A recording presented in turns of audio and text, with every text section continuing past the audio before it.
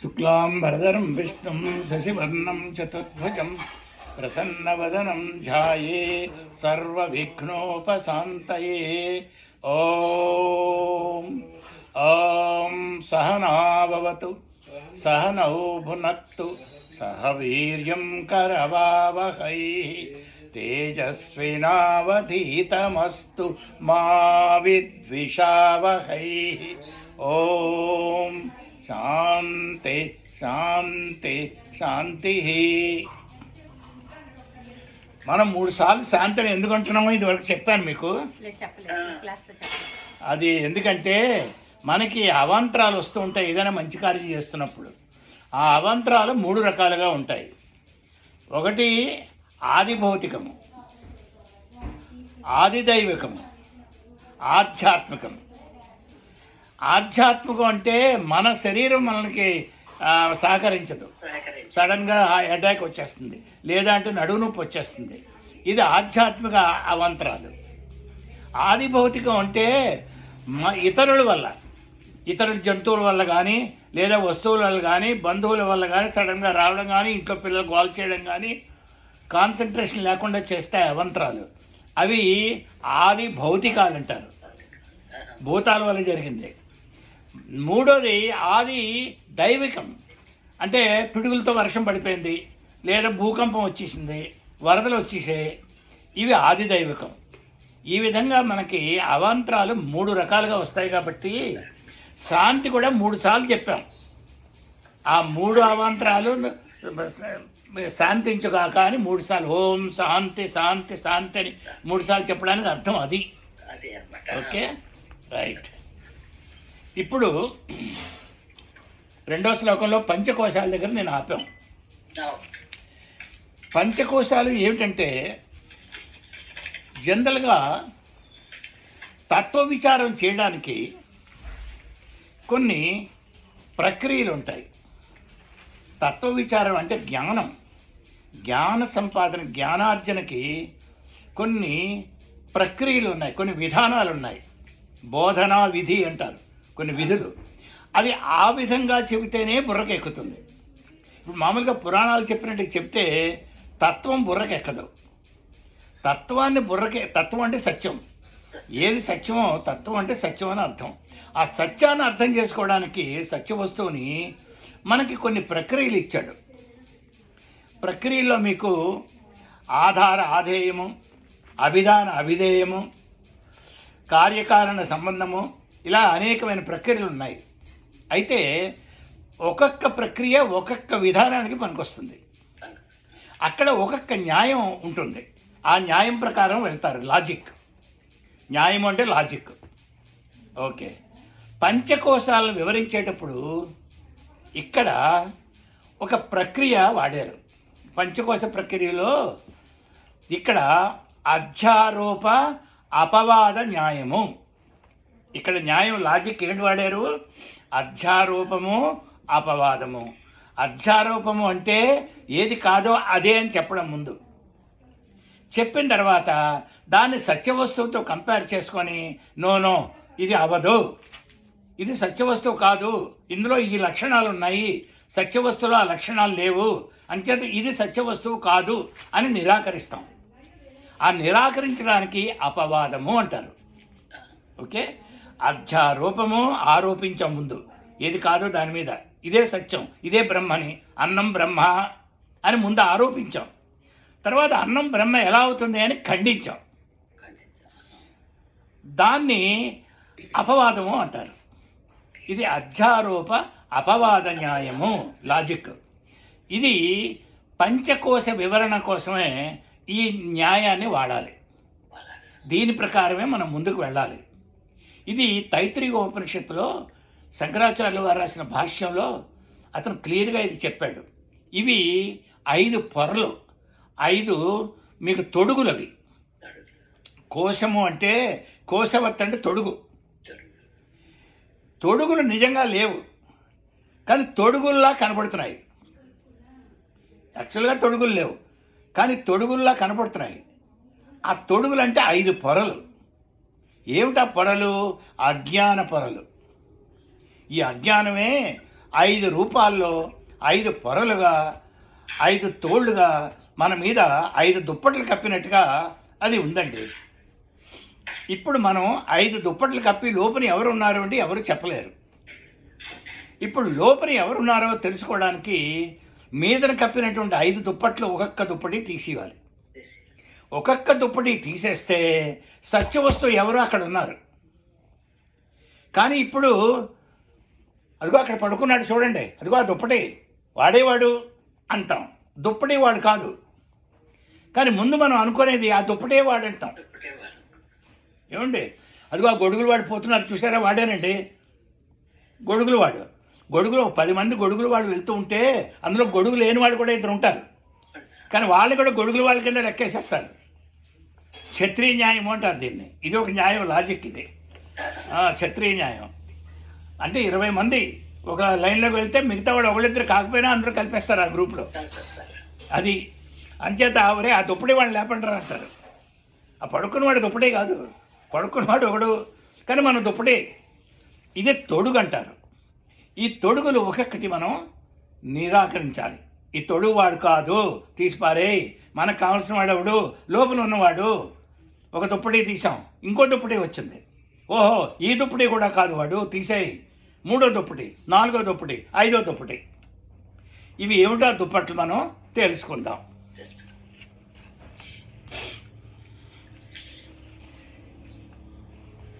ఇది ఎంచేదంటే ఈ సత్యవస్తువు ప్రత్యక్ష అనుమానాది ప్రమాణాలకి అందదు. మనకి 6 ప్రమాణాలు, అందులో ముఖ్యమైనవి ఏంటి మనకు కనపడుతున్నవి? ప్రత్యక్ష ప్రమాణము, అనుమాన ప్రమాణము. ప్రత్యక్ష ప్రమాణం మనం చూసాం, మనం చూసి కళ్ళతో చూసింది. మనం బ్రహ్మను చూసామా? చూడలేదు. సత్యవస్తువును మనం చూసామా? చూడలేదు. అంచేత ప్రత్యక్ష ప్రమాణంగా దేవుడు అంటే వీడు అని చెప్పలేం, నేను చూశానని చెప్పలేం. రెండవది పోనీ అనుమాన ప్రమాణం. అనుమాన ప్రమాణం అంటే ఏదైనా ఒక వస్తువు ఉంటే ఆ వస్తువును పట్టుకొని ఆ రెండో వస్తువు అక్కడ ఉంది అని చెప్పచ్చు. అదేవిధంగా పరమాత్ముడి యొక్క ఏదైనా ఒక లక్షణం మనకు దొరికితే ఆ లక్షణం ఇక్కడ ఉంది కాబట్టి వీడే పరమాత్ముడిని చెప్పచ్చు. వాడికి లక్షణాలే లేవు, వాడు నిర్గుణుడు, గుణాలే లేవు. ఈ అనుమాన ప్రమాణం అంటే ఉదాహరణ ఏమిటంటే ఎత్ర ఎత్ర వహిని తత్ర తత్ర ధూమః. ఎక్కడ నిప్పు ఉంటుందో అక్కడ పొగ ఉంటుంది.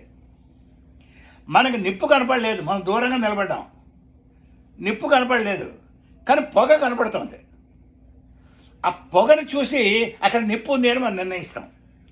దీన్ని అనుమాన ప్రమాణం అంటాం, అనుమానిస్తాం. ఇంచేత మనకి నిప్పున్న చోట పొగ ఉంది అని మనకు జ్ఞానం ఉంది. అంచేత అందులో ఏదో ఒక వస్తువు కనపడుతుంది కాబట్టి రెండో వస్తువు అక్కడే ఉండాలి అని మనం అర్థం చేసుకుంటాం. కానీ పరమాత్మ సత్యం జ్ఞానం అనంతం బ్రహ్మ విషయంలో అనుమాన ప్రమాణానికి అందడు వాడు. ఇంచేదంటే వాడికి ఏ లక్షణం లేదు, ఏ లక్షణాన్ని పట్టుకున్నానని చెప్తాం బ్రహ్మ అక్కడ ఉన్నాడని, వీడే బ్రహ్మని చెప్పలేము. అంచేత ప్రత్యక్ష అనుమానాది ప్రమాణాలకి అందడు కాబట్టి వీడిని మనం ఏం చేయాలంటే ఏదైతే అసత్యమో, ఏదైతే మిథ్యో, ఏదైతే పరమాత్మ కాదో, ఏది సత్యవస్తువు కాదో దానిని తెలుసుకొని ఒక్కొక్కటి తొలగించాలన్నాడు. సత్యవస్తువు మనకు తెలియదు, కానీ సత్యవస్తువు ఏమిటో మనకి శాస్త్రోక్తంగా మనం చెప్పుకున్నాం. ఏమిటి? యతో వాయుమాని భూతాని జాయంతే ఏన జాతాని జీవంతి యత్ ప్రయంతి అభిసంవిశంతి తద్విజిజ్ఞాసస్వ తద్బ్రహ్మేతి. ఇది బ్రహ్మ అన్నాం. ఆ లక్షణాలు ఎక్కడ కనపడలేదు. కానీ మనం ఏమనుకుంటున్నాం? మనకి ఏది కనపడితే దాన్నే మనం బ్రహ్మ అనుకుంటున్నాం. ఇప్పుడు ఎక్కడో ఓ వేప చెట్టు కనపడింది, దాన్ని బ్రహ్మ అన్నాం, దానికి పూజలు చేసేస్తున్నాం. రాగి చెట్టు పూజలు చేసేస్తున్నాం, ఓ రాయికి పూజ. మనకి ఏం చేద్దాం? దేవుడు ఎవరో తెలియదు కాబట్టి ప్రతివాడు దేవుడే. ఈ పరిస్థితిలో మనం ఉన్నాం. అంటే అజ్ఞానం 5 రకాలుగా కనపడుతుంది మనకి. ఒకటి, మొట్టమొదటిది అన్నమయ కోశము, అంటే శరీరము. ఈ శరీరం ఏమిటి? అన్నమయము. మయము అంటే విపరీతము, పరిణామము, వికారము. మయము అంటే అర్థం వికారము. అన్నమయము అంటే అన్నము యొక్క వికారము. అంటే మనం తిన్న ఇడ్లీలే ఈ విధంగా శరీరంగా మారింది. ఇది అన్నమే వికారం చెంది శరీరంగా కనబడుతోంది. దీని అన్న వికారము అంటారు ఈ శరీరాన్ని. ఇది అన్నమయ కోశము. ఇది అన్నమే మయం అంటే వికారం చెంది ఈ కోశంగా తయారైంది. ఇది కోశం ఎందుకు అయిందండి మనకి అంటే ఇదే మనం అనుకుంటున్నాం. ఈ శరీరమే మనం అనుకుంటున్నాం. దేహాత్మ బుద్ధి కలిగింది. దేహాత్మ బుద్ధి కలిగింది కాబట్టే నాకు ఇవాళ జ్వరం వచ్చిందండి, నాకు తలనొప్పి పెడుతోంది, నేను నల్లగా ఉన్నాను, నేను పొట్టిగా ఉన్నాను. ఈ లక్షణాలన్నీ మనం చెప్పుకుంటున్నామే. సత్యం జ్ఞానం అనంతం బ్రహ్మ ఆ నేను శబ్దానికి ఇవన్నీ ఉన్నాయండి. ఈ లక్షణాలు ఎవరివి? శరీరానికి. అంతే కదా. ఈ శరీర లక్షణాలని మనవి అనుకుంటున్నాం. సో నేను శరీర భావంలో ఉన్నాను. నేను ఎవరినండి? పరిటి భాస్కర్ వచ్చేసారండి. నేను ఎవరినండి అంటే పరిటి భాస్కర్ రావు. నేను అన్నది పరిటి భాస్కర్ రావా? నేను పరిటి భాస్కర్ రావు రాకముందు ఉంది, పరిటి భాస్కర్ రావు పోయిన తర్వాత కూడా ఉంటుంది. నేను ఎక్కడికి పోదు. నేను అందరిలోనూ వ్యాపించి ఉంది. ఇప్పుడు నేను కాఫీ తాగాను అని నేను అంటాను. అదే మీరు అన్నారనుకోండి, మీరు అదే అంటారు, నేను కాఫీ తాగాను. ఈ నేను అంతటా వ్యాపించింది. ఇది నేను ప్రత్యయం, అది ఆత్మ ప్రత్యయం. అది నేను అన్నది అహం. అహం అన్నది ఆత్మ ప్రత్యయం. ఇది అంతటా వ్యాపించి ఉంది, అందరిలోనే వ్యాపించి ఉంది, సమానంగా వ్యాపించి ఉంది. ఏమండి? అయితే ఆ నేను ఏమిటో మనకు తెలియదు కాబట్టి మనకి కనపడుతున్న ప్రతి వస్తువు కూడా నేను అనుకుంటున్నాను. నేనండి, నేను ఆ పని చేశానండి. నేను అనేది శరీరానికి వాడుతున్నాం మనం. ఇది మొట్టమొదటి భ్రమ. మొట్టమొదటి తొడిగేమిటి? మొదటి కోశం, మొట్టమొదటి కవర్ మనం తీయవలసింది దేహాత్మ బుద్ధి. నేనే శరీరమును, నేను శరీరమని, నేనే శరీరాన్ని, ఈ శరీరం నాది. శరీరం నాది అంటే బాగానే ఉంది, నేనే శరీరం అనుకుంటున్నాం. అందుకనే నాకు అబ్బాయి తలనొప్పిగా ఉందండి, నాకు జ్వరం వచ్చిందండి ఇవాళ. నాకుకి జ్వరం రాదు, జ్వరం వచ్చింది శరీరానికి. కానీ మనం దేనికి ఆపాదిస్తున్నాం? నేను మీద. నేనుకి జ్వరం ఏమిటి? నేనుకి శరీరమే లేదు. జ్వరం వచ్చింది శరీరానికి, కానీ మనం నాకు ఇవాళ నా శరీరం ఇవాళ బాగోలేదండి అంటే బాగానే ఉంది. నేను వేరు, శరీరం వేరు. నాకు జ్వరం వచ్చింది, నాకు కడుపు నొప్పి పెడుతోంది, నేను పొట్టిగా ఉన్నాను, నేను పొడుగ్గా ఉన్నాను, నేను నల్లగా ఉన్నాను. ఇవన్నీ ఏమయ్యాయి? ఇవన్నీ కూడా ఆపాదించబడ్డాయి. ఇప్పుడు అవి నిరాకరించాలి.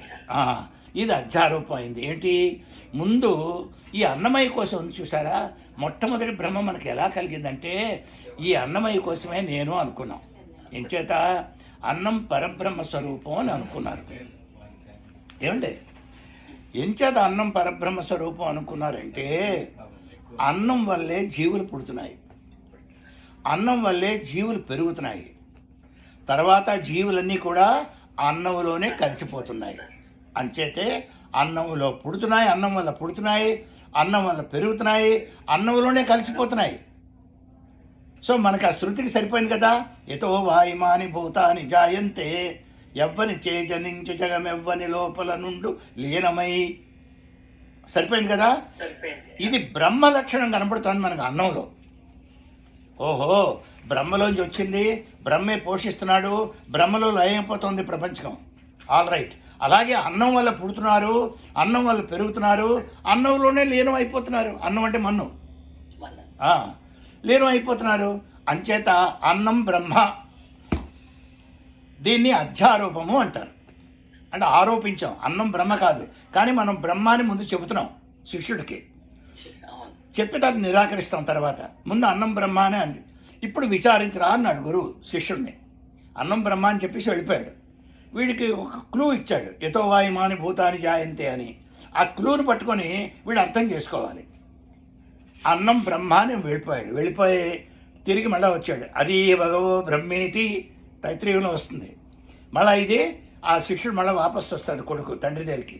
అది భగవో బ్రహ్మేతి, నాకు బ్రహ్మ ఎవరో చెప్పండి. ఆహా, బ్రహ్మ ఎవరో చెప్పేది యతో వాయుమాని భూతాని జాయంత అని చెప్తాడు. చెప్తే అప్పుడు ఆలోచిస్తాడు, అన్నం ఉత్పాద్యం, అన్నం పుట్టింది, స్వతహాగా అన్నం లేదు. అన్నాన్ని వండించాం, బియ్యాన్ని వండాం, అన్నంగా మారింది. అన్నం లేనప్పుడు అది లేదు, అన్నం తినేస్తే మళ్ళీ ఉండదు. దీనికి పుట్టుక ఉంది, అంచేత దానికి చావు కూడా ఉంది. తర్వాత పొద్దున వండిన అన్నం మధ్యాహ్నానికి వికారం చెందుతోంది, మర్నాడికి చల్లదన్నంగా మారిపోతుంది. బ్రహ్మ అలా మారడు, ఎప్పుడూ ఒకలాగే ఉంటాడు. నా బాల్యంలో నా చైతన్యం ఎలా ఉందో నా యవ్వనంలో కూడా అలాగే ఉంది, నా వార్ధక్యంలో కూడా అలాగే ఉంది. నా చిన్నప్పుడు ఫోటో, నా పెళ్లి ఫోటో, నా షష్ఠపూర్తి ఫోటో అని మనం చెప్పుకుంటున్నంత మరి నాలో మాత్రం తేడా లేదు. ఈ తేడాలన్నీ శరీరంలో కనపడుతున్నాయి, కానీ అవి మన మీద ఆపాదించుకుంటున్నాం. నా ఫోటో అండి, నా చిన్నతనం అండి, నాకు చిన్నతనం లేదు, పెద్దతనం లేదు, నా ఇప్పుడు నావే. ఈ చిన్నతనం పెద్దతనం శరీరంలో కలుగుతున్నాయి. ఆ శరీరాన్ని మనమే ఆపాదించుకొని ఆ శరీరం నేనని భ్రమలో పడ్డాం. అంచేది ఈ శరీర పోషణ కోసమే మన జీవితాన్ని నాశనం చేస్తున్నాం. ఇంకా ఇదే పరమాత్మను అనుకున్నాం కాబట్టి. ఏమండి, అన్నమయ కోశంలో మొట్టమొదటి అన్నం బ్రహ్మ అని చెప్పుకున్నాం. నెక్స్ట్ అన్నం బ్రహ్మ ఎలా అవుతుందండి చెప్పాం కదా, వికారాలు, ఉత్పత్తి, పుట్టుక, చావులు అన్నీ ఉన్నాయి. తర్వాత ఇన్ని లక్షణాలు ఉన్నటువంటి అన్నం పరబ్రహ్మం ఎలాగవుతుంది? అవదు. ఇది ఉత్పాద్యం, పుట్టబడింది. బ్రహ్మను ఎవరు పుట్టించలేదు, వేరేది అన్నం పుట్టింపబడింది. యాక్చువల్గా కార్యకారణ సంబంధంలో భూమిలోంచి అన్నం వచ్చింది, భూమి కారణమైంది, అన్నం కార్యం అయింది. కార్యం మిథ్య, కారణం సత్యం. ఆ భూమి ఎక్కడి నుంచి వచ్చింది? జలం నుంచి వచ్చింది, జలం కారణమైంది. ఆ జలం ఎక్కడి నుంచి వచ్చింది? అగ్నిలోంచి వచ్చింది, అగ్ని కారణమైంది. ఆ అగ్ని ఎక్కడి నుంచి వచ్చింది? వాయువులోంచి వచ్చింది, వాయువు మళ్ళా కారణం. వాయువు ఎక్కడి నుంచి వచ్చింది? ఆకాశంలోంచి వచ్చింది, ఆకాశం మళ్ళా కార్యం. ఆకాశం ఎక్కడి నుంచి వచ్చింది? బ్రహ్మలోంచి వచ్చింది. అది బ్రహ్మ సదా దృక్ దృగైవ నతు దృశ్యతే. దృగైవ, ఇప్పుడు వాడు దృక్కుగానే ఉంటాడు, వాడు కారణం తప్ప వాడికి ఇంకో కారణం లేడు. అనవస్థ దోషం వస్తున్నప్పుడు ఇది ఇన్ఫినిట్ రిగ్రెషన్ అంటే ఏంటి? ఆ వీడికి బ్రహ్మకి తండ్రి ఉన్నాడు, మరి వాడికి ఎవడున్నాడు? ఇది అనవస్థ దోషం అంటారు. అంటే బ్రహ్మకి లేదు, బ్రహ్మ బ్రహ్మే. అన్ని బ్రహ్మ మీద ఆధారపడి ఉన్నాయి, కానీ బ్రహ్మ ఎవరి మీద ఆధారపడలేదు. సత్తా స్ఫూర్తి విషయే పరాన్నపేక్ష. సత్తా స్ఫూర్తి ఉండడానికి, ఉన్నట్టుగా తెలియడానికి ఇంకొక ప్రకాశం అక్కర్లేదు, స్వయం ప్రకాశం. ఇప్పుడు నేను ఇక్కడ ఉన్నానని చెప్పుకోవడానికి నాకు లైట్ కావాలండి, ఎవరైనా చెప్పాలండి, నాకు తెలియదు నేను ఉన్నానని. ఇతర వస్తువులు ఉన్నాయో లేవో మనకి అనుమానం వస్తుంది, కానీ నేను ఉన్నానో లేదో నాకు ఎప్పుడు అనుమానం రాదు. అది సత్తా స్ఫూర్తి విషయే పరాన్నపేక్ష, పరుల మీద అపేక్ష లేదు. ఇది అన్నమయ కోశంలో పంచకోశాల్లో మొట్టమొదటి కోశము అన్నమయ కోశము. అన్నమయ కోశము మనము కాదు. శరీర బాధ, శరీరానికి వచ్చిన బాధలు అది శరీరానివి తప్ప మీవి కాదు. మీరు మీ మీద ఆపాదించుకుంటున్నారు. ఇంకా మధ్యలో మనస్సు ఉంది కాబట్టి మీ బాధలన్నీ. ఇప్పుడు కాలుకి దెబ్బ తగిలింది, కాలు చెప్పలేదు దెబ్బ తగిలిందని, తెలుస్తోంది మనస్సుకి. ఏమండి, మనస్సుకి కాలు లేదు, దేనికి కాలు లేదో దానికి తెలుస్తోంది కాలుకి దెబ్బ తగిలిందని. ఏ కాలుకైతే దెబ్బ తగిలిందో ఆ కాలు చెప్పలేదు నాకు దెబ్బ తగిలిందని. అది ఇక్కడ విశేషం. ఏమి తెలిసినప్పటికీ కూడా మనస్సుగా తెలుస్తున్నాయి. ఏమండి, ఈ మనస్సే ఆడుతోంది. ఈ మనస్సులోని భావాలు కలిగే జీవభావం. నేను జీవుణ్ణి, నేను నీచుణ్ణి, నేను అల్పుణ్ణి, నేను పాపిని. దీన్ని ఏంటంటారంటే సంకుచిత భావాలతో మనం ఎక్కడ పుడుతున్నాయి ఇవన్నీ అంటే మన మనస్సులో పుడుతున్నాయి. ఇవన్నీ మనస్సు ఆడిస్తోంది. మన ఏవ మనుష్యాణం కారణం బంధ మోక్షయో. ఈ మనస్సే మనిషికి అధోగతికి తీసుకెళ్ళడానికి, ఉద్ధరించడానికి మనస్సే కారణం. నీ మనస్సే నీకు బాధలు కలిగిస్తుంది. అన్ని బాధలు కూడా మీకు కలిగేది మనస్సు వల్లే. ఆ మనస్సు స్థిరంగా, ఆ మనస్సు శుభ్రంగా ఉంటే మీకు ఏ బాధలు ఉండవు. తో మనస్సులో ప్రాబ్లమ్స్ లేకుండా మనం చూసుకోవాలి. మనస్సుకున్న ప్రాబ్లం ఏమిటండి? రెండు కోరలు, పాముల్లాగా 2 కోరలు. ఒకటి రాగము, 2 ద్వేషము. వీడంటే నాకు ఇష్టము, వాడింటే నాకు అయిష్టం. ఇదే మనం ప్రాణాలు తినేస్తుంది. ఇష్టాయిష్టాలే మనల్ని అధోగతి పాలు చేస్తుంది. ఈ 2 కూడా మనసులోనే పుడుతున్నాయి. తో మనసులో ఆ 2 పుట్టకుండా మనం చూసుకుంటూ ఉండాలి. ఓకే. తో ఈ శరీరము మనము కాదు. తర్వాత ఈ శరీరము మీ కర్మఫలంగా వచ్చింది. ఏమండి, మీరు చేసుకున్న కర్మల ప్రకారము మీకు జబ్బులు, ఈ రూపం, ఈ ఎత్తు, ఈ పొడుగు, ఈ రంగు అన్నీ కూడా మీరు తెచ్చుకున్నవే, భగవంతుడు ఇవ్వలేదు. మీరు చేసుకున్న కర్మల ప్రకారము మీరేమొచ్చి ఈ శరీరం వచ్చింది. ప్రారబ్ధం వల్ల వచ్చింది కదా. ఈ శరీరానికి ఇంకో పేరు ప్రారబ్ధము అంటారు. ప్రారబ్ధము అంటే అది మీరు అర్థం, అంటే మీరు సంపాదించుకున్నది. మీరు సంపాదించుకున్నదే శరీరం. ఇది మరి మీ ప్రారంభం ప్రకారం వచ్చింది కదా. మీరు కొన్ని కష్టాలు సుఖాలు ఈ జీవితంలో అనుభవించాలని నిర్ణయించబడింది కదా. ఆర్డర్ పాస్ అయిపోయింది కదా. మరి మధ్యలో ఎలా పోతారండి? పోరు. ఎన్నాళ్ళు మీరు అనుభవించాలో, ఎన్నాళ్ళు మీరు సుఖపడాలో, ఎన్నాళ్ళు మీరు కష్టపడాలో, మీరు ఐసీయూలో పెట్టినప్పటికీ కూడా మీరు చావు రాదు. మీకు కోమలో ఉంటారు 2 ఏళ్ళు, కానీ ప్రాణం పోదు. ఎంచేత అనుభవించాలి. ప్రారబ్ధం పుష్యతి వపుహు. శాస్త్రం ఏం చెబుతుంది? ప్రారబ్ధం ఉందే పుష్యతి, అదే పోషిస్తుంది శరీరాన్ని. ఎంత 10 రోజులు పోయినా లేకపోయినా చావరు. ఒకరోజు పోయినా లేకపోతే చచ్చిపోతారు కొంతమంది. 2 పిల్లలు నూతులో పడ్డారు. ఓ పిల్లడు బతికాడు, ఓ పిల్లడు చచ్చిపోయాడు. ఎవడు మన చేతిలో ఉందా ఇదంతాను? లేదు. దాని ప్రారంభం ప్రకారమే ఎన్నాళ్ళు, ఎన్ని గంటలు, ఎన్ని నిమిషాలు బతకాలో అన్ని గంటలు అన్ని నిమిషాలు బతుకుతారు. దాన్ని ఎవరు మార్చలేరు. ఎవరు మార్చలేరు. మనం ఎంత ప్రయత్నం చేసినప్పటికీ కూడా, అమెరికా వెళ్తాం, ఫ్రాన్స్ వెళ్తాం, ఎక్కడికి వెళ్ళినప్పటికీ ఏ డాక్టర్ కూడా మిమ్మల్ని ఇవ్వలేడు. డాక్టర్లే చచ్చిపోతున్నారు. ఇంక వాళ్ళ ప్రాణాలు ఏమి ఇస్తారు మనకి? రాజుగారు ఓ బిచ్చగాడేమో రాజుగారి దగ్గరికి వెళ్దామని వెళ్తున్నట్ట. ఏమైనా డబ్బులు అడిగితే ఇస్తాడేమో, చాలా దరిద్రంగా ఉందామని వెళ్తుంటే దేవాలయం పక్కన నుంచి వెళ్తుంటే అక్కడ రాజుగారు ఏమొచ్చి దండం పెట్టుకుంటున్నాడు దేవుడికి. అమ్మ రాజుగారు ఇక్కడే ఉన్నారని వెయిట్ చేస్తున్నాడు. ఆ రాజుగారు ఏమో చిట్టా తీశాడు. నాకు ఇది కావాలి, నాకు అది కావాలి, ఇది కావాలి దేవుడా, ఇంకా రాజ్యం కావాలి, ఆ పక్కవాడికి రాజ్యం కూడా నాలో కలిసిపోవాలి, నా శత్రువులు అందరూ కూడా నాశనం అయిపోవాలి, ఇలా కోరికలు చిట్టా చేస్తున్నాడు. ఈ దరిద్రుడు ఇక్కడ ఉన్నాడు కదా, బిచ్చగాడు అన్నాడు. వాడే దరిద్రుడు, వాడే బెగ్గింగ్ చేసుకుంటున్నాడు దేవుడు, ఇక నాకేం ఇస్తాడని వెళ్ళిపోయాడు వాడు. అంచేత don't beg human beings, you pray God. మనుషులకి మనం బెగ్గించేయడం వల్ల ప్రయోజనం లేదు. దేవుని కూడా బెగ్గించేయకూడదు. దేవుడు కాంట్ గివ్ ఎనీథింగ్. ఇది మనకు తెలియదు. మనం భగవంతుడికి ఏదో ఈ పూజ చేస్తే అయిపోతుంది, ఆ పూజ, ఇదంతా బోగస్, ఇదంతా అజ్ఞానం, నేసన్స్. ఏం చేద్దంటే నీ ప్రారంధంలో ఉన్నది ప్రాప్తవ్యమర్థం లభతే మనుష్య దేవోపితం లంఘయితం అసఖ్య. అంటే నీ ప్రారంధంలో ఏది ఉందో అది నీకు దేవతలు కూడా ఆపలేరు, అది వస్తుంది. ఏదైతే నీ ప్రారంధంలో లేదో నువ్వు ఎంత ప్రయత్నించినా కూడా అది రాదు. అంచేత అప్ప ఆరాటమే కానీ బావ బతికేది లేదు. ఏది నిర్ణయమైందో అది నిర్ణయం అయిపోయింది, దాన్ని మనం ఎవరు మార్చలేము అన్న భావంతో దృఢంగా ఉంటే మనకి చాలా బాధలు పోతాయి. మన మనసు నిర్మలంగా ఉంటుంది. లేనిపోని తగులు నెత్తిమీ పెట్టుకోం. ఏమండి, ఇది అన్నమయ కోసం. రెండోది ప్రాణమయ కోసం. ప్రాణమయ కోసం ఇప్పుడు మనకి ఏమిటంటే, అమ్మమ్మమ్మమ్మ నాకు ఇవాళ ప్రాణం కొట్టుకుంటుందిరా, నేను ఇవాళ విలవిలపోతున్నాను రా. విలవిలపోయేది ప్రాణం, శరీరం పోతుంది. ప్రాణం ఎప్పుడు ప్రాణశక్తి అంటారు. It is energy. ప్రాణానికి నీరసం లేదు. నీరసం దేనికి వస్తుంది? శరీరానికి వస్తుంది.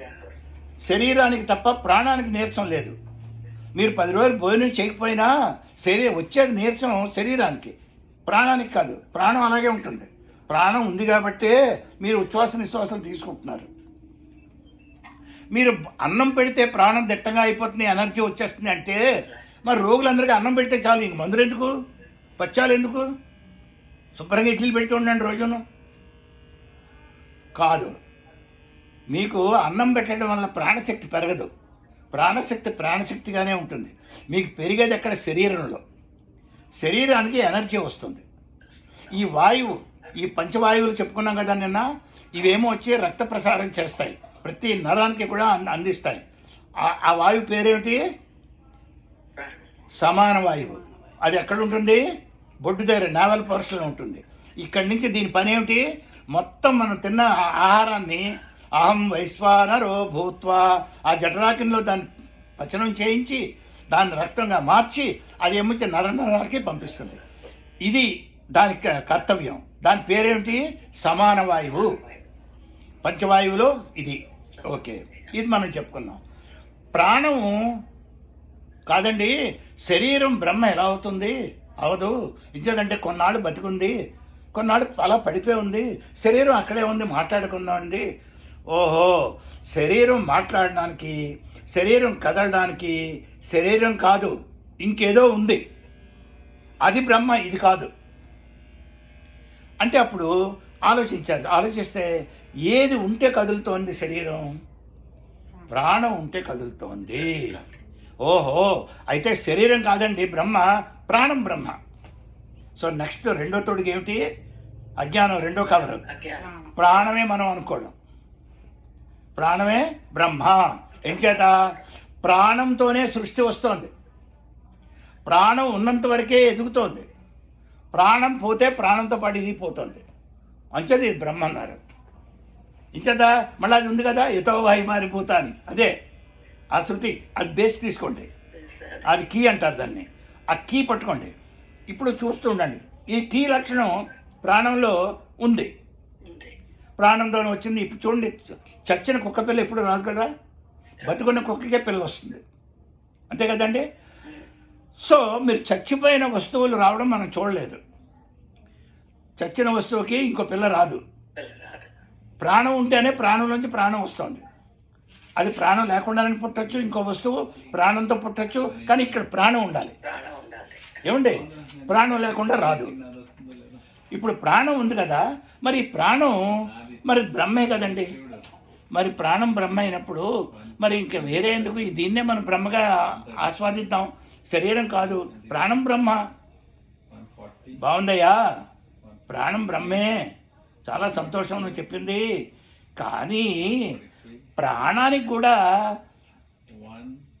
గమనాగమనాలు ఉన్నాయి కదండి. ప్రాణం వస్తోంది, పోతోంది. ప్రాణం స్థిరంగా కనపడితే ప్రాణానికి కూడా ఆది అంతం ఉన్నాయి, చావు బతుకులు ఉన్నాయి. ప్రాణం కూడా వికారం చెందుతుందండి. ఓయ్, ఈ బీపీ అదే. ఒకప్పుడు నార్మల్గా ఉంటుంది, ఒకప్పుడు ప్రాణం కొట్టుకుంటుంది. ఆ ప్రాణంలో కూడా వికారాలు వస్తున్నాయి. ఆస్మాటిక్ పేషెంట్స్కి వేరుగా ఉంటుంది ప్రాణక్రియ, మనది వేరుగా ఉంటుంది.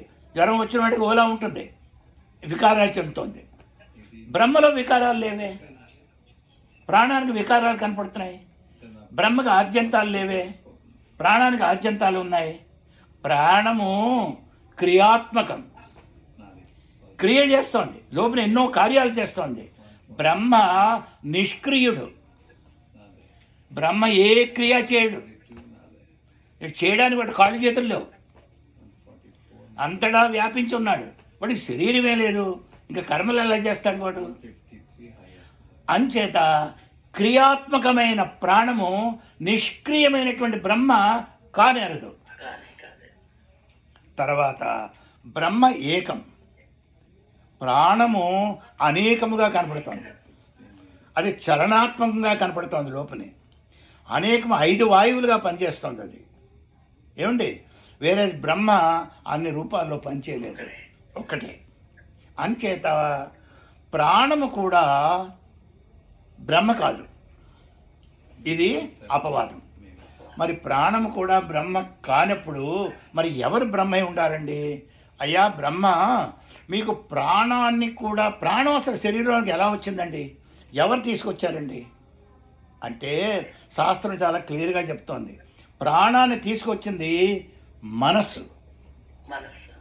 ఆ మనస్సుతో ఈ ఫ్రెండ్షిప్ చేశాడు. ఆ మనస్సు దొంగముండ. ఈ పుట్టుకలు చావులు ఆ మనస్సుకే, జన్మలు ఎత్తేది కూడా మనస్సే. ఈ శరీరం ఎత్తదు, ఈ శరీరం నశించిపోయింది, ఈ శరీరం మళ్ళా రాదు, ఇంకా ఇంకో శరీరం వేసుకొని ఆ మనస్సే వస్తుంది. కానీ ఆ మనస్సుతో ఫ్రెండ్షిప్ చేయడం వల్ల ఈ మనస్సు ప్రాణాన్ని కూడా తీసుకొస్తుంది వాటితో పాటు. తో అంతఃకరణలో ప్రాణం ఒక భాగంగా అయింది. ఇప్పుడు చూడు, at the time of death, అంటే చచ్చిపోతున్నప్పుడు పంచ జ్ఞానేంద్రియాలు, పంచ కర్మేంద్రియాలు మనస్సు దగ్గరికి చేరుతాయి. ఏమండి, ఇది సూక్ష్మ శరీరము అంటారు, ఇంటర్నల్ పార్ట్. ఓకే, దీన్ని అంతఃకరణ అంటారు. జీవుడు అక్కడే ఉన్నాడు, దానినే జీవుడు అని కూడా అంటారు. ఇప్పుడు బాడీ ఉంది కదా, భౌతిక శరీరం, భౌతిక శరీరానికి లోపలున్న సూక్ష్మ శరీరానికి ఏ సంబంధం లేదు. అది వేరు, ఇది వేరు. కానీ కారు లోపల ఉన్న ఇంజన్ని కారు డబ్బాకి ఏ విధంగా కనెక్ట్ చేశాడో అలాగే సూక్ష్మ ప్రాణ సంయుక్తమైనటువంటి సూక్ష్మ శరీరాన్ని, భౌతిక శరీరాన్ని ప్రాణం అనే తాడుతో కట్టారు. ఈ ప్రాణం అనే తాడుతో ముడివేసింది. ఇదే సంధానం చేస్తోంది. సంధానకర్త ఎవరంటే ప్రాణం. ప్రాణం లేకపోతే కాలు మీద దెబ్బ కొట్టాం అనుకోండి, ఆ దెబ్బ మనసుకు తెలీదు. మనస్సుకి చేరవేసేది క్యారియర్ ఎవరంటే ప్రాణం. అంచేతే దీన్ని ప్రాణం చేస్తున్నప్పుడు ఏం చేస్తారంటే, మనస్సు కదా తెలుస్తోంది, ఆ మనస్సును మొద్దుపారుస్తారు. అదే అనెస్థీషియా, ఆపరేషన్. ఆ ప్రాణం లేకుండా కోసారనుకోండి, దాన్ని పోస్ట్ మార్టం అంటారు, దాన్ని ఆపరేషన్ అనరు. పోస్ట్ మార్టం చేసినప్పుడు ప్రాణం లేదు కాబట్టి మనసుకి ఏ బాధ తెలియదు. వాళ్ళు జూనియర్ డాక్టర్ చేత కట్ చేయించేస్తారు. వాళ్ళు సీనియర్ ఎవరు ఉండరు అక్కడ. ఎలా కోసినా పర్వాలేదు, వాడు ఏమంటారు. ఏమండి, ఈ ఆపరేషన్ అంటే మీరు మనస్సును మొద్దుపారుస్తున్నారు. కానీ ఆ మనస్సు పనిచేస్తున్నప్పుడు మనస్సుకి చేరవేసేది ఎవరంటే ఈ వాయువు, ప్రాణవాయువు. ప్రాణము సంధానకర్త. సో చచ్చిపోయేటప్పుడు ఏమవుతుందంటే ఈ ప్రాణం కట్ అయిపోతుందండి. ఎప్పుడైతే ప్రాణం కట్ అయిందో సూక్ష్మ శరీరం బయటికి వెళ్ళిపోతుంది, ఈ స్థూల శరీరం ఇక్కడ పడిపోతుంది. చచ్చిపోయాడు అంటారే, చచ్చింది శరీరము, పోయింది సూక్ష్మ శరీరం. మనవాడు చచ్చిపోయాడు రా అంటారు. ఆ అర్థం రెండు ఉన్నాయి అందులో. చచ్చుట, పోవుట. పోయింది సూక్ష్మ శరీరం, సూక్ష్మ శరీరం. చచ్చింది స్థూల శరీరం. అది. సో ఇది ప్రాణము. సో ప్రాణము కూడా చూస్తే బ్రహ్మ కాదు. ప్రాణం జడం, ప్రాణం జడం. ప్రాణానికి జ్ఞానం లేదు. ప్రాణం ఈ కాలు దెబ్బ తగిలితే ఎలా తగిలిందో, దెబ్బ ఎంత తగిలిందో, ఎంత నొప్పి వస్తుందో అది మనస్సు తెలుసుకుంటుంది తప్ప ప్రాణానికి ఇక్కడి నుంచి అక్కడ పట్టుకెళ్ళడమే క్యారియర్. ఆ కవర్లో ఏముందో దీనికి తెలియదు, పోస్ట్ మ్యానే. తో ప్రాణము తర్వాత ఎవరి మీదో ఆధారపడి ఉన్నట్టు కనపడుతుంది. ఈ ప్రాణం చూడండి, నా మనస్సు బాగులేనప్పుడు చూడండి, ఇది మెడికలే, బట్ ఆలోచిస్తే మీరు మన శాస్త్రం చాలా క్లియర్గా చెప్పింది మన ఋషులు. మన మనస్సు బాగలేనప్పుడు మన శ్వాసక్రియ కూడా సమంగా ఉండదు. మనం ఆనందంగా ఉన్నప్పుడు శ్వాసక్రియ ఓలా ఉంటుంది. మనకు అలజట్లు లోపల ఉన్నాయి, టెన్షన్స్ ఉన్నాయి, ఈ ప్రాణక్రియలో తేడా వస్తుంది. బీపీ అదే. సో మనస్సుకి ప్రాణానికి అవినాభావ సంబంధం ఉంది. సో మనస్సు బాసుగా కనపడుతోంది. మనస్సు బాగులేకపోతే ప్రాణంలో అలజడులు వస్తున్నాయి. ప్రాణం బాగులేకపోవడం ఇప్పుడు ఉండదు, ప్రాణం ఇప్పుడు ప్రాణంగానే ఉంటుంది. సో బాస్ ఇక్కడ మైండ్ కనపడుతోంది. మైండ్ ఇస్ ద బాస్, ప్రాణం కాదు. సో అది కారణమైంది, ఇది కార్యం అయింది. కార్యం మిథ్య, కారణం అది. ఏమండి? సో ఇప్పుడు మీకు ఈ ప్రాణక్రియలన్నీ కూడా దేని మీద ఆధారపడి ఉన్నాయంటే మనస్సు మీద ఆధారపడి ఉన్నాయి. మనస్సు ఎలా చెప్తే అలా వింటుంది. మనస్సు లేనప్పుడు ప్రాణం కూడా లేదు. ఏమండి? మనస్సు లేనప్పుడు ప్రాణం కూడా లేదు. ఓకే, కానీ మనస్సు లేకపోయినా ప్రాణం ఉంటుంది. ఎక్కడ చెప్పండి? గాఢ నిద్రలో. గాఢ నిద్రలో మీకు మనసు పనిచేయలేదు, కానీ ప్రాణం ఉందా లేదా? అందుకే పొద్దున్న మళ్ళీ లేస్తున్నారు, నా కాఫీ ఏదని. అంతే కదా? సో ప్రాణం ఉంది, మనస్సులో మార్పులు వస్తున్నాయి, ప్రాణంలో మార్పు రాలేదు. ప్రాణం అలాగే ఉంది. అది ఎంతవరకు ఉంటుందంటే ఈ మనస్సు ఉన్నంత వరకు ఉంటుంది. ఓకే, సో ప్రాణము కూడా జడము, ప్రాణానికి జ్ఞానము లేదు, ప్రాణము అనేకము, ప్రాణము వికారం చెందుతోంది, ప్రాణం వచ్చింది పోతుంది, ఇన్ని అవలక్షణాలు ఉన్నటువంటిది లక్షణరహితుడైనటువంటి బ్రహ్మ ఎలా అవుతుందండి? అంచేత ప్రాణమయ కోసం కూడా నేను కాను. ప్రాణమయ కోసం నా భవతి, బ్రహ్మ నా భవతి చెప్పిస్తాం. మూడోదండి, మూడో తొడుగు మనస్సు. మనస్సు అసలు మనస్సు ఏమిటండి? మనస్సు అన్నది it's the functional part of the brain. ఏంటి? It's a bundle of thoughts. అక్కడ అన్నీ కూడా వృత్తులే, భావాలు, అభావాలు, రాగాలు, ద్వేషాలు, నష్టాలు, కోపాలు, తాపాలు, అరిషడ్ వర్గాలు, ఇవన్నీ కూడా మనసులోనే ఉంటున్నాయి. It's a source of all these things. అంచేత మనస్సు చాలా పవర్ఫుల్గా ఉంది. మనస్సు ఉన్నప్పుడే ఇవన్నీ వస్తున్నాయి. మనస్సులోంచే వస్తున్నాయి ఇవన్నీను. భావాలు ఎక్కడి నుంచి వస్తున్నాయి? మనస్సులోంచే. మన కళ ఎక్కడి నుంచి వస్తుంది? మనస్సులోంచే. మన కళ్ళలో మనం తప్ప ఎవరూ లేవు. మన కళ్ళలో గుర్రాలు ఉంటాయి, ఏనుగులు ఉంటాయి, రథాలు ఉంటాయి, పెద్ద మేడలు ఉంటాయి, అక్కడ పెళ్ళం ఉంటుంది, అక్కడ పిల్లలు ఉంటారు, అక్కడ ఇంతమంది ఉన్నారా? అక్కడ చిన్న నాళంలో the duration of the dream is only 90 seconds. ఆ 90 secondsలో 100 ఏళ్ళు మీకు చూపించేస్తాడు మీ జీవితాన్ని. ఏమండి, మరి అక్కడ ఇవన్నీ ఉన్నాయా? ఇక్కడ ఏమి లేవు, ఆ గుర్రాలు అవి లేవు అక్కడ. మరి ఎవరు ఉన్నారండి అక్కడ? మీరే ఉన్నారు. అంటే అక్కడ ఉన్నవన్నీ కూడా మీరు తప్ప ఇంకెవరు లేరు. అంటే ఈ సృష్టి ఎవరు చేశారండి? మనస్సే. మీ మనస్సే చేసిన సృష్టి. సో సృష్టికర్త ఎవరు? మనస్సు. ఈ ప్రపంచం అంతా ఎక్కడుందండి? మనస్సులో ఉంది. నా మనస్సు తెలుసుకునే స్థితిలో లేనప్పుడు నా భార్యని నేను గుర్తుపట్టను, నా ఇల్లుని నేను గుర్తుపట్టలేను. ఎంచేత? మనస్సు పనిచేయలేదు సమంగాను. మనస్సు లేదు, మనసులో జ్ఞాపక శక్తి పోయింది, వృత్తి జ్ఞానం నశించింది. అంచేత మనస్సులోంచే ప్రపంచం వస్తుంది. తర్వాత ఈ ప్రపంచం, కనబడుతున్న ప్రపంచం ఉంది కదండి, ఈ ప్రపంచము ఒక్కలా లేదు. ఎవరి ప్రపంచం వాళ్ళది. ఒకే వస్తువుని మీరు ఒకలా చూస్తారు, నేను ఒకలా చూస్తాను, ఇంకోటి ఇంకోలా చూస్తారు. సో మీ ప్రపంచం వేరు, నా ప్రపంచం వేరు. వస్తువు ఒకటే, కానీ భావనలో, విశ్లేషణలో, ఇంటర్ప్రిటేషన్లో, అండర్స్టాండింగ్లో భేదాలు కనపడుతున్నాయి. ఇవన్నీ కూడా ఎవరి మనసు వాళ్ళది. మరి మీ మనస్సు మీకు ఎలా వచ్చిందంటే, మీరు పూర్వజన్మలో చేసుకున్నవి పాపాలు పుణ్యాలు ఉన్నాయే, మీ వాసనలు, అన్సాషియేటెడ్ డిజైర్స్, అన్ఫుల్ఫిల్డ్ డిజైర్స్ ఉంటాయే, అవన్నీ కూడా వాసనలు ఉంటాయి. అవన్నీ పట్టుకొని వచ్చింది ఈ శరీరం. డ్రెస్ మార్చింది, లోపల ఉన్నవాడు వాడే. నేనే టీషర్ట్ మారుస్తున్నాను, కానీ భాస్కరరావు అలాగే ఉన్నాడు, ఓన్లీ టీషర్టే మారింది. అంటే భౌతిక శరీరం మారింది, లోపల ఉన్నది అలాగే సేఫ్గా ఉంది. మన గుణాలతోనే మనం వచ్చాం. అంచేత నాకు ఇష్టమైంది మీకు ఇష్టం ఉండదు, మీకు ఆనందాన్ని ఇచ్చేది నాకు ఆనందం ఇవ్వదు. తో వస్తువులో మీ ఆనందం లేదు, ఒక ప్రదేశంలో మీ ఆనందం లేదు, ఒక కాలంలో మీ ఆనందం లేదు. మీ ఆనందానికి కారణం మీరే. మీ ఆనందం బాహ్య ప్రపంచంలో లేదు. యాక్చువల్గా బాహ్య ప్రపంచం అన్నదే లేదు, అన్నీ మీరు మనసులోనే చూస్తున్నారు. మీకు భిన్నంగా ఉన్నట్టు కనబడుతోంది, కానీ మీరు చూసేది కేవలం మీలోనే ఈ ప్రపంచాన్ని. మీకు ఇక్కడ కానీ దెబ్బ తగిలి బ్రెయిన్కి మెడుల్లో ఆప్లాంకట పని చేయకపోతే, కోమాలో వెళ్ళిపోతే మీకు అది ఏమీ ప్రపంచమే లేదు మీకు. బట్ ప్రపంచం ఉందా లేదా? కానీ మీ ప్రపంచం లేదు. అది సో ఎవరి ప్రపంచం వాళ్ళదే.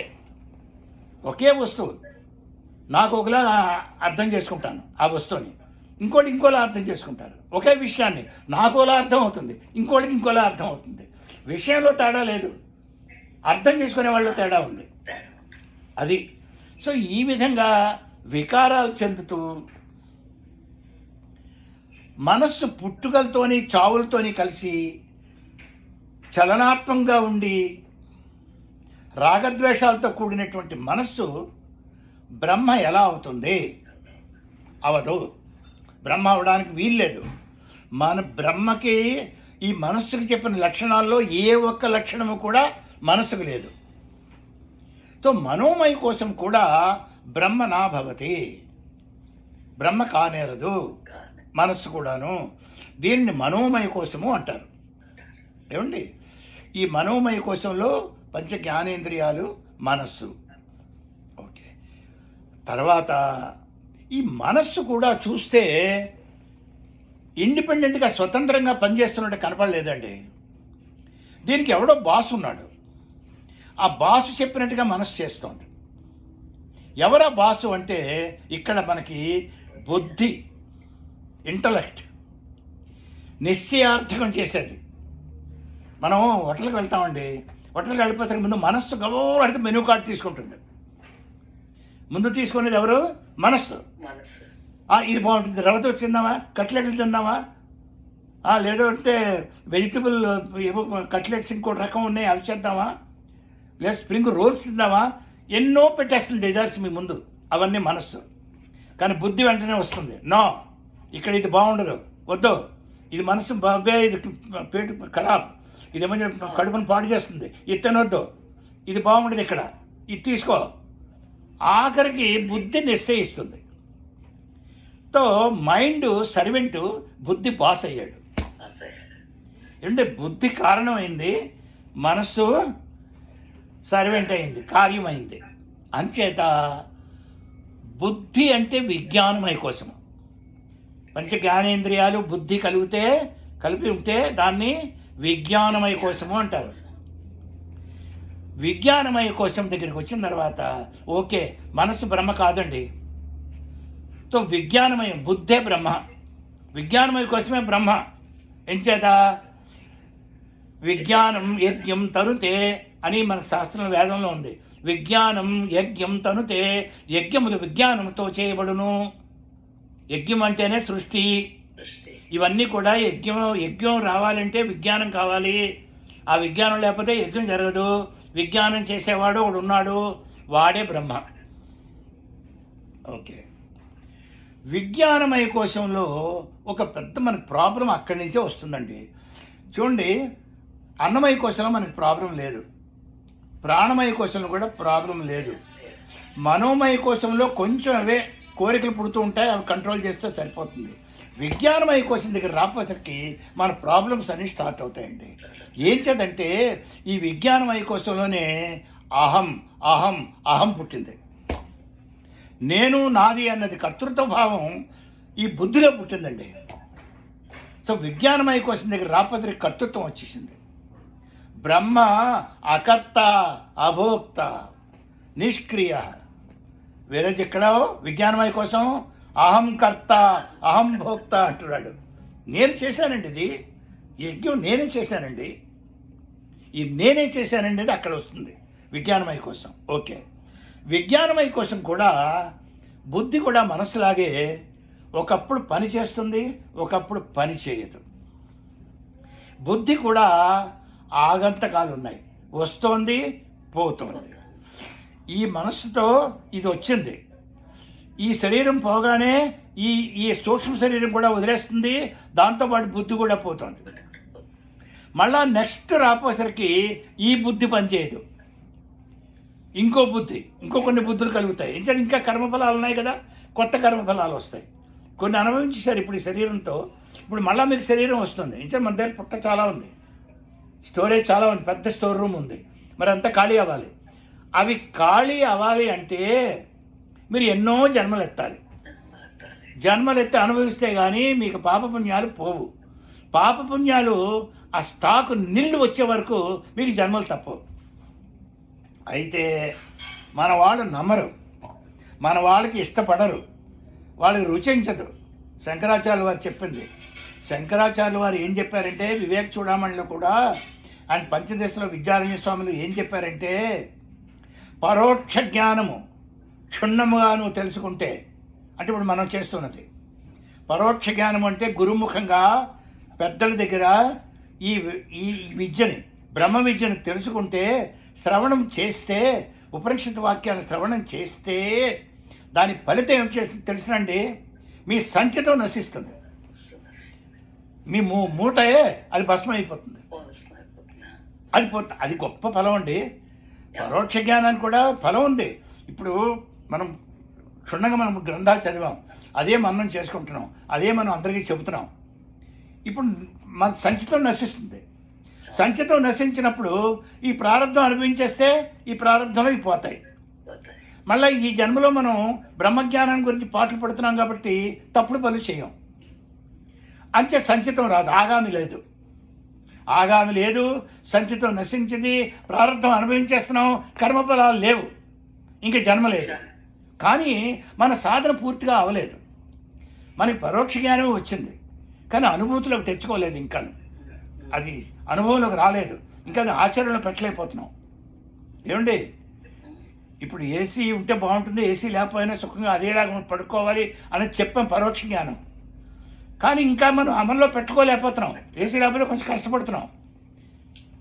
ఆ భావం అనుభూతి కూడా రావాలి, దానికి టైం పడుతుంది. అయినా పరోక్ష జ్ఞానం వల్ల ఇంకొక విశేషం ఏంటంటే మీరు మళ్ళా భూలోకానికి రారు, మీరు బ్రహ్మలోకంలోకి వెళ్ళిపోతారట. బ్రహ్మలోకంలో అక్కడ ఆ బ్రహ్మ దగ్గర, చతుర్ముఖ బ్రహ్మ దగ్గర కూర్చొని ఏ యాజ్ఞవల్కుడో, ఎవరో మహానుభావులు, ఏ వశిష్ఠుడో, ఏ వామదేవుడో మీకు చెప్తాడు, ఒరే వీడికేమో తరింప చేయి, కొంచెం ఉండిపోయింది వీటి అని. అప్పుడు అతను నిధిధ్యాసలో మనం కూర్చోబెట్టి అక్కడ మనకు అనుభూతి కలిగిస్తాడు. అక్కడి నుంచి అలా తరించిపోతాం. తో పరోక్ష జ్ఞానానికి ఇంత మహత్వం ఉంది. కానీ మన వాళ్ళు నమ్మరు. వాళ్ళు గుడికెళ్ళి కొబ్బరికాయలు కొట్టడంలో ఉన్న ఆనందం ఈ పరోక్ష జ్ఞానం సంపాదించి మన జీవితమే ధన్యం చేసుకుందాం అన్నది ఉండదు. ఇంచేత వాళ్ళ ప్రారంభం చాలా దృఢంగా ఉంది, వాళ్ళకి మనస్సు ఇతే రాదు. ఇంకంటే ఈశ్వరానుగ్రహం పుంస అద్వైత వాసన, ఈశ్వరానుగ్రహం ఉంటే కానీ పురుషుడికి అంటే మనిషికి అద్వైత వాసన అబ్బదట. అద్వైతం గురించి చెప్తుంటే పారిపోతారు ఇక్కడి నుంచి. ఏం చేత వాళ్ళు ఇంకా ఉన్నాయి, వాళ్ళ ప్రారంభం వేరుగా ఉంది, వాళ్ళు రారు ఇక్కడికి, వినరు. వాళ్ళ తప్పు కాదు, వాళ్ళ ప్రారంభం. అంచేత మీకు భగవంతుడి యొక్క దయ ఉంటేనే ఈ 4 ముక్కలు వింటారు. ఎప్పుడైతే బీజం పడిందో నెక్స్ట్ జన్మలో ఇంకా వింటారు, నెక్స్ట్ జన్మలో ఇంకా వింటారు. అప్పుడు ఎన్ని వేల జన్మలు ఎత్తవలసింది 1 డజన్ జన్మలో మీరు తరించిపోతారు. అంత గొప్పతనం ఉందండి ఈ పరోక్ష జ్ఞానంలోనే. పరోక్ష జ్ఞానం అగ్నిని తెలిసి ముట్టుకున్నా తెలియక ముట్టుకున్నా కాలుతుంది. అంచేత పరోక్ష జ్ఞానం క్షుణ్ణంగా చేసుకుంటే మనం కోరినా కోరకపోయినా సంచితం నశించిపోతుంటాం.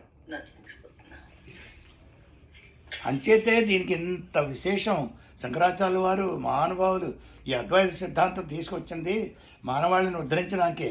కానీ వాళ్ళ ప్రారంభం అలా వచ్చిన వాళ్ళ ద్వైతం, విశిష్టాద్వైతం ఇవన్నీ వచ్చేసాయి.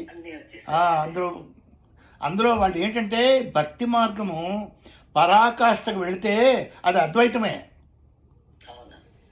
భక్తిరిత్యభిధీయతే అన్నాడు. స్వస్వరూపానుసంధానం భక్తిరిత్యభిధీయతే. నారద బ్రహ్మ భక్తి సూత్రాల్లో, నారద భక్తి సూత్రాల్లో ఉంది. భక్తి అంటే ఏమిటండి? స్వస్వరూప సంధానం. ఆ పరమాత్మను నువ్వు చూసేవాడిని నీ స్వయం నీ స్వస్వరూపంతో సంధానం చెయ్యి అన్నాడు. అంటే నువ్వే అది వేరు నేను వేరని భావంతో కొన్ని వేల సంవత్సరాలు నువ్వు భక్తిలో ఉన్నా నీకు మోక్షం రాదు. ఇక్కడ ఉన్నదే అక్కడ ఉంది, అక్కడ ఉన్నదే అంతటా ఉంది, ఇక్కడ ఉన్నదే అక్కడ ఉంది, అక్కడ ఉన్నదే అంతటా ఉంది. పిండస్థోపి ప్రత్యేగాత్మ సర్వవ్యాపీ భవతి. పిండస్థోపి ఈ పిండంలోనే, ఈ శరీరంలోనే ఉన్న ప్రత్యేగాత్మ ఉందే, ఈ చైతన్యం, ఇది సర్వత్రా వ్యాపి, అంతటా వ్యాపించినది అదేనయ్యా. అయం ఆత్మ బ్రహ్మ అని చెప్పుకొచ్చాడు, అదే మహావాక్యం. అంచేత బుద్ధి విజ్ఞానమయ కోసం కూడా విలక్షణాలతో కూడుకొని ఉంది కాబట్టి, ఆద్యంతాలతో కూడుకొని ఉంది కాబట్టి ఇది బ్రహ్మ నా భవతి, ఇది బ్రహ్మ అవడానికి అవకాశం లేదు అని విజ్ఞానమయ కోసం కొట్టేశాం. కొడితే ఇంకా ఆనందమయ కోశంలో ఉంది. ఆఖరిది ఏమిటి? ఆనందమయ కోసం, అంటే గాఢ నిద్ర. సుషుప్త అవస్థలో మనకు ఆనందంగా ఉంటాం, తమతర భేదాలు ఉండవు. మన పక్కనే ఇంకో సర్వెంట్ పడుకున్నా వీడికి తెలియదు నిద్రలో. ఏమండి, ఆ రాజుని నేల మీద పడుకోబెట్టినా వాడికి తెలియదు గాఢ నిద్రలో ఉన్నప్పుడు. ఆనందమే ఆనందం. అక్కడ ఆనందము కాదు, అది దుఃఖరహిత స్థితి. అక్కడ దుఃఖం లేదు అంతే. కానీ దుఃఖము లేకపోవడం వల్ల ఆనందంగా కనపడుతున్నాడు వాడు. కానీ మరి అక్కడ ఏమీ లేదండి, మనసు లేదండి, కోరికలు లేవండి, రాగద్వేషాలు లేవండి, అంత సమానంగా ఉందండి, సమాధిగా ఉన్నాడండి, అంచేత బ్రహ్మే అది ఆనందం అండి. మరి ఆనందమే బ్రహ్మ అంటున్నాం కదండి, అంచేత ఆనందమయ కోసం బ్రహ్మ అండి అంటే ఓకే అంత బాగుందయ్యా. మరి అక్కడ నీకున్న ఆనందము అజ్ఞానపూరితము. నువ్వెవరో నీకు తెలుసునా? నువ్వెవరో నువ్వు తెలుసుకుంటే విపశ్చిత ఆనందం. అది ఏ కారణం లేకుండా ఆనందంగా ఉంటావే, అది బ్రహ్మానందము. కానీ ఇక్కడ దుఃఖరహిత స్థితిలో అజ్ఞానంలో పడిపోయి ఉన్నావు. నీ స్వరూప స్థితి నీకు తెలీదు. ఇప్పుడు కూడా నీకు బ్రహ్మజ్ఞానం లేదు, పడుకున్నావు నిద్ర వచ్చి అంతే. మళ్ళీ లేవగానే మళ్ళీ మామూలే. అది కాక మనల్ని బాధ పెట్టేవి ఏమిటి? ప్రియము, మోదము, ప్రమోదము. ఇవి మూడు. ప్రియ, మోద, ప్రమోదములు. ఈ మూడు కూడా బీజ రూపంలో అక్కడే ఉన్నాయి. మనసు పడుకుంది కాబట్టి తెలియలేదు, కానీ బీజ రూపంలో అక్కడే ఉన్నాయి. లేవగానే మళ్ళీ మామూలే. సూర్యకాంతమే, సావిత్రే. అది మళ్ళా అన్ని గుణాలు వచ్చేస్తాయి. ఆ నిద్రలో మాత్రం సూర్యకాంతానికి సావిత్రికి తేడా కనపడదు. ఇద్దరు ఒకలాగే ఉంటారు, ఇద్దరు హాయిగానే పడుకుంటారు. ఎప్పుడైతే మనసు పనిచేయడం ప్రారంభించిందో అప్పుడు మీకు తారతమ్య భేదాలు, ఈ ద్వేషాలన్నీ వస్తున్నాయి. ఓకే. సో ఇక్కడ ఆనందంలో ప్రియమోద ప్రమోదాలు ఉన్నాయి. ప్రియమోద ప్రమోదాలు అంటే ఏమిటి? ప్రియము అంటే ఆ వస్తువు చూడగానే అబ్బాయి ఎంత బాగుంది ఆ వస్తువు, చాలా బాగుంది ఆ వస్తువు, దాని మీద మోజు పడతాం, దాని ప్రియం. మోదము అంటే ఆ వస్తువు నాకు వస్తే ఎంత బాగుండు, ఆ వస్తువు నేను తెచ్చుకుంటాను, ఆ వస్తువు నాకు బాగా నచ్చింది, ఇది మోదము. ఇంటికి తీసుకొచ్చిన వస్తువు బాగుంది అనుకోండి, లేదు మామిడి పండు చూస్తుంటే చాలా బాగుంది, అది తినాలి, అది తింటే కానీ నాకు అనుభవం రాదు, నాకు ఆనందం కలగకుండా ఉంది అని దాన్ని తినాలి, అనుభవించాలి. దాన్ని ప్రమోదము అంటారు. ప్రియము, మోదము, ప్రమోదము. మెచ్చుకొనుట, తెచ్చుకొనుట, అనుభవించుట. ఈ మూడు గుణాలు కూడా అక్కడ ఉన్నాయి బీజ రూపంలో. తర్వాత ఇది ఒక కోశము అంటే అవస్థ. సుషుప్తి ఒక అవస్థ అంటే సమయం అంటే దానికి ఆది అంతం ఉంటుంది. నిద్ర పట్టగానే ప్రారంభమైంది, లేచిపోగానే అంతం అయిపోతుంది. సో ఆద్యంతాలు ఉన్నది అవస్థ. పరమాత్మ ఎలా అవుతాడండి? పరమాత్ముడికి ఆది లేదు, అంతం లేదు. కానీ ఇక్కడ ఈ సుషుప్త అవస్థ ఉందే, ఈ గాఢ నిద్ర, దీనికి అంతము ఆది రెండూ ఉన్నాయి, ఆద్యంతాలు ఉన్నాయి. తర్వాత ప్రియమోద ప్రమోదాలు ఉన్నాయి, రాగద్వేషాలు ఉన్నాయి, అన్ని మనసు గుణాలు ఇక్కడే ఉన్నాయి, ఎక్కడికి పోలేదు, బీజ రూపంలో పడి ఉన్నాయి అక్కడ. లేవగానే మళ్ళీ మామూలే వ్యవహారం. అంచేత ఇది బ్రహ్మ కానేరదు. తర్వాత ఆత్మజ్ఞానం లేదు, వాడు ఎవడో వాడికి తెలియదు, పడి ఉన్నాడు అలాగా. ఇప్పుడు తాగిన వాడు ఉన్నాడండి, వాడు ఎవడో వాడికి తెలియదు, అంత మాత్రం వాడు ముక్తి పొందించినట్టుకే బ్రహ్మజ్ఞానే కాదు. ఆ తాగిన ఆ పట్టు పోగానే మళ్ళీ మామూలుగా మనం తయారైపోతాడు. మూర్ఛ వచ్చిన వాడు అంతే, సమాధిలో ఉన్నవాడు అంతే. వీళ్ళందరూ కూడా ఆ స్థితిలో ఉన్నారు కాబట్టి అప్పుడు అలా ఉన్నారు. కానీ వాళ్ళ గుణాలు లక్షణాలు ఎక్కడి నుంచి పోలేదు, అవి అక్కడే ఉంటాయి. మరి ఈ విధంగా అన్ని విలక్షణాలతో కలిసినటువంటి అవస్థ ప్రియమోద ప్రమోదాలతో కూడినటువంటి అవస్థ, ఆద్యంతాలు కలిగినటువంటి అవస్థ, ఆద్యంతాలు లేనిది అనంతమైనటువంటి బ్రహ్మ ఎలా అవుతుందండి? అవదు. అంచేత ఆనందమయ కోసం కూడా మనం కాదు. అయితే అన్నమయ కోసం మనం కాదు, ప్రాణమయ కోసం మనం కాదు, మనోమయ కోసం మనం కాదు, విజ్ఞానమయ కోసం మనం కాదు, ఆనందమయ కోసం కాదు. అన్నీ తీసేశారు. తీసి ఇంకేముందండి? నేనే ఉన్నాను. సో ఇవన్నీ తీయగా ఇంకా దేన్ని తీయడానికి లేదో, ఏదైతే మిగిలి ఉందో నిషేధావధి అంటారు. నిషేధించగా మిగిలింది. నిషేధావధి త్వమేవా, అదే మీరు. ఏమండి? తో అప్పుడు అహం బ్రహ్మాస్మి అనేది వస్తుంది, అయమాత్మ బ్రహ్మ అని వస్తుంది. సో పంచకోశాలని వివరించమన్నాడు. ఇది తైత్తిరీయ ఉపనిషత్తులో చాలా బ్రహ్మాండంగా చెప్పాడు, చాలా డీటెయిల్గా చెప్పాడు. అదే చిన్న విషయాన్ని తీసుకొని ఇప్పుడు ఇందులో శంకరాచార్య వారు మళ్ళీ చెప్పారు. ఇది సూక్ష్మంగా ఉంటుంది. తైత్తిరీయ ఉపనిషత్తు చెప్పుకున్నప్పుడు ఇంకా చాలా డీటెయిల్స్గా ఒక్కొక్క కోసమే మీకు 2 రోజులు పడుతుంది ఆ శ్లోకాలు. అందులో 3 ఉన్నాయి కదా, శిక్షావల్లి, బ్రహ్మవల్లి లేక ఆనందవల్లి, భృగువల్లి, 3. శిక్షావల్లి కర్మకాండ, శిక్షావల్లి కర్మకాండ. అందులోనే అన్నీ వస్తాయి. మాతృదేవో భవ, పితృదేవో భవ, ఆచార్య దేవో భవ, అవన్నీ కూడా శిక్షావల్లిలో వస్తాయి.